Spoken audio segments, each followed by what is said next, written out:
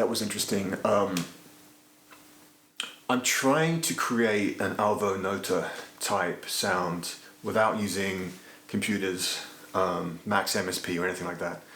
I'm using a lyra. I've tuned one of the notes right down.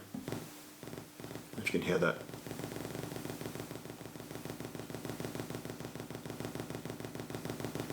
To get that clicky percussive sound. And I can change the tempo just by changing the pitch slightly. Alright, and then I was tapping that tempo into the digitact. The digitact's going into the shallow water to try and give it more of an electronic glitchy sound. And also some of the sounds that I've been working on in the digitac are that sort of thing anyway. You can hear it. And then of course the reface, which, I don't know. Reface going through the Walrus audio pedal. Reverb. You know,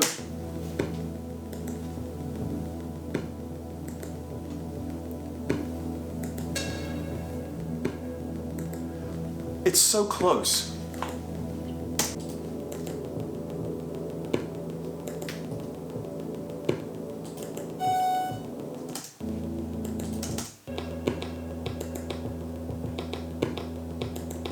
Of course, the other thing is nothing's in sync. The lyra, even though it's percussive, it's not in sync with the digitac, and I'm just doing, I'm tapping in the BPM to match the lyra. But it's going in and out of sync, and yeah, there's probably a way of getting it in sync using voltage to MIDI, maybe. Maybe that's something I should look into, but probably not worth it just for this one percussive sound that the lyra can do. Although it was pretty cool, I think. So, and it did bring that alva noto thing. Anyway, yeah, it's something I think that's worth exploring further. All right.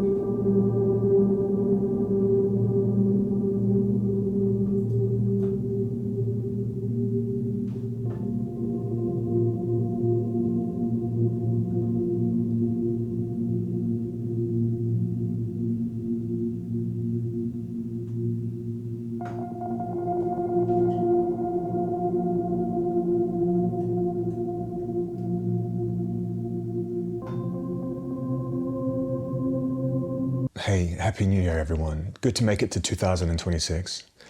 As you can see behind me, I've got the Rhodes out. I got it from storage. I've started a new film, and the director is amazing. And one of the reasons he's amazing is because he loves the Rhodes. And for this film, he wants just Rhodes. It's amazing. It sort of needs to be fragile, slightly retro, slightly sci-fi, slightly menacing. All these things that the Rhodes and perhaps these two pedals here you can see behind me will achieve quite nicely, I think. You know, of course, it's a time of reflection, this point in the year. So yeah, of course, it's a time for reflection, this point of the year. Although interestingly, some people are insisting on going through this process in spring, the beginning of spring. I quite like the idea of that, but it's hard to escape this sort of innate feeling we have at this point to make resolutions and to reflect on the past. Inevitably, that's what I have been doing, and I think it's interesting for me anyway. And you know, here I am telling you. Yeah, last year and the previous few years, there was quite a lot of touring. As you've seen on some of my uploads, last year, 2025, played Hyde Park for 65,000 people. That was quite exciting.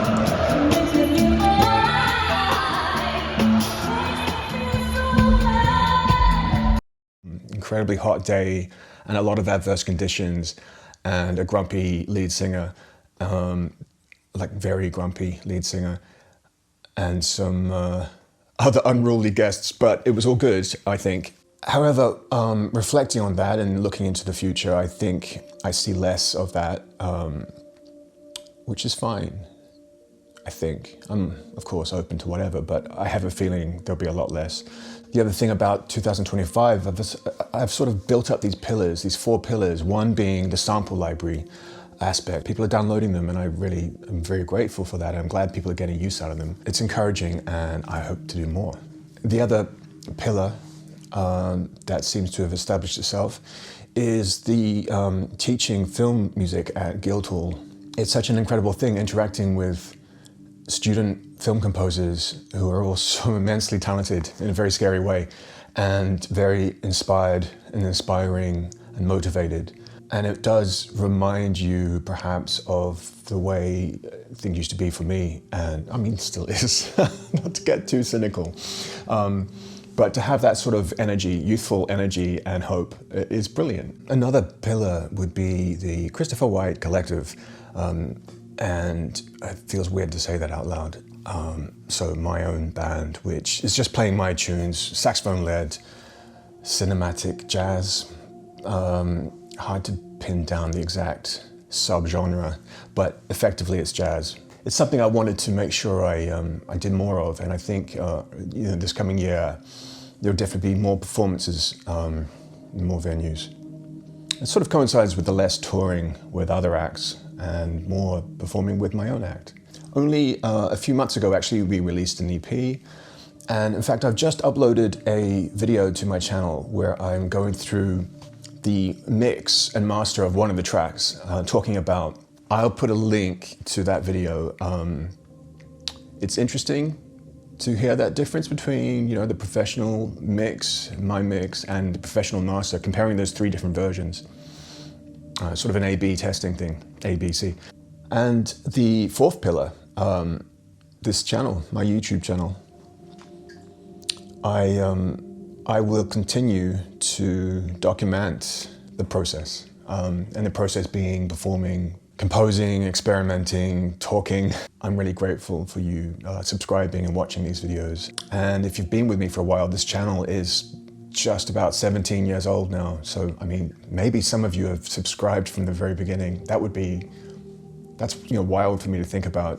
If you have, let me know in the comments, because that would be really interesting. I think over the 17 years, things have changed a lot. I had more hair back then, and I wasn't so gray. I sometimes go through those old videos and it's a real time capsule. It's fascinating. So thank you for being with me. I actually am really grateful for you. And I will keep doing this. Okay, I'm gonna get back to it. Thanks for watching this, one of many YouTube videos about the new year that you've probably been exposed to in the last few days. Again, there are sample packs available. There'll be a link in the description. I'll put a link to the Christopher White Collective EP, and I hope you've all had a good new year. Oh, and by the way, I don't know if you use Linktree. If you do and you haven't checked your emails, they're doubling their prices. It's kind of crazy when you think about it. And I think their justification is because they are using AI, or they let you use AI in the construction of a list of links. I've canceled my subscription and I'm just building my own one. All right, see you soon.